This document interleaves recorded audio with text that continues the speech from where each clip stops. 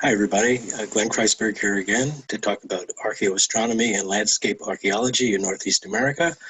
I'm joined with by Luger, the bearded dragon, whose cage is in the room that I'm in and who's sharing the domicile here with us, a bunch of other pets as well. So I'm going to put Luger down to do his thing and talk about landscape archaeology and archaeoastronomy. So I'm going to share my screen, and I'm going to discuss the Shawangunk Peekamoose alignment.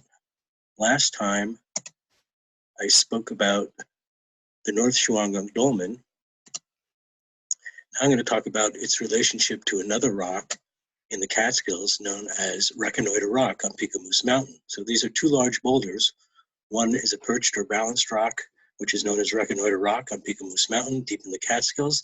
The other is the large boulder I did my last presentation on, known as the North Gunks or the North Shawangunk dolmen on the top of the Shawangunk Ridge in the Shawangunk Mountains.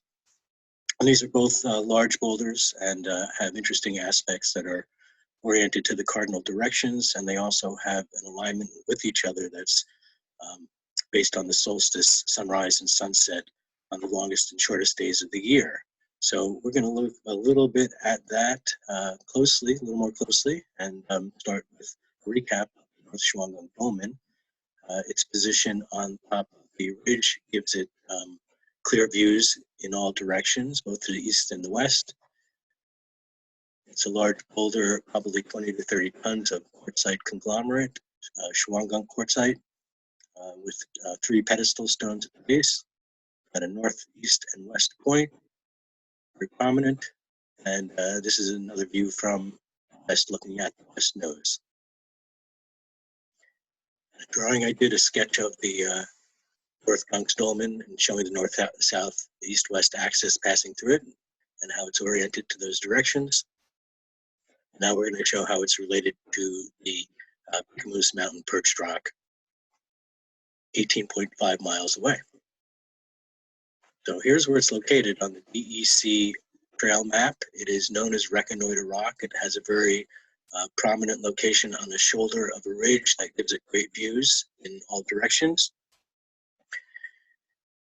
It's probably maybe 3/4 the size of the Shawangunk dolmen. This is local Catskill graywacke shale. It is, I'm guessing, probably 10 to 15 tons. From this aspect, it kind of has an avian look to it, almost bird-like in profile. Here's the east face, I believe, and from the west. Now, if you notice, there's light passing through both sides of the rock. And if you look at the base of this thing, it's probably only 12 to 16 inches across. What that tells me is potentially, 20 big burly guys maybe could get their hands on this thing and spin it or orient it in a way that they wished.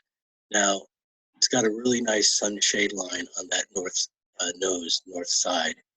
It allows us to get a really clean reading of where that north point is, and it is right on true to the compass point, not true north, but magnetic north. And it's got an east nose that's quite prominent, and it's got a south nose that's quite prominent. There's a really interesting boulder sitting up there right alongside the trail. There's a drawing I did showing its position and the north, south, east, west axis and how the trail brings you up to it. Now, if you see the location of the North Shawangunk dolmen down here in the southeast and the location of the Peekamoose perched rock up here in the northwest, we ran a path profile and determined that there is line of sight between the two. So theoretically, if you had a fire burning pre-dawn, say, or after sunset, you would see those fires from each location. There's nothing to obstruct that view. And when I ran the bearing line, it was precisely, almost exactly 318 degrees magnetic, 317.6, which is about 303 degrees true, which is what you would expect for the winter solstice sunrise and summer solstice sunset azimuths at this latitude. And I also show that it's not unique to our area that people did this. And here's a map of Washington, D.C., and a wonderful book by David Overson talking about the secret architecture of our nation's capital. And it says how the Masons laid it out in its original design with solstice sunrises and sunsets built into the avenues at particular angles. There are also some star rises that were noted as well. Gary David, a researcher out west, in his book The Orion Zone, also showed how the Hopi, then ancestral Anastasi, moved and migrated their encampments over generations along solstice lines, keeping track of where the sun would rise and set on the longest and shortest days of the year. So it's a practice that does go back in history, and it's been documented in many cultures worldwide. This is the chart that Curtis Hoffman provided. He's a UMass professor researching these things, showing what we should see at our latitude for true north and true bearings to the equinox and solstice sunrises and sunset. You'd have to correct for declination between the magnetic and true bearings, about 14 3/4 degrees at our latitude. And this speaks to alignments in our area. As I mentioned in my first video, I take a GIS approach. I try to map these out and where they fall. And what I see is a pattern. I see a pattern that maps out those sites parallel to each other. The arrangements that are all angles that match those bearings to where the sun would rise and set on the longest and shortest days of the year. So to me, this is really telling and helps support the case for Native American ceremonial stone landscapes in our region, and that this may be part of a wider pattern that we see throughout Northeast North America.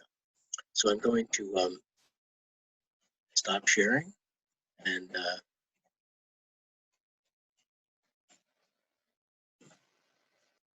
tell everyone thank you so much for watching this video, and I hope you enjoyed it. And if you have any questions, you can post them to where this will be on the Facebook Archaeoastronomy and Landscape Archaeology page. Thanks, everyone. Be safe out there.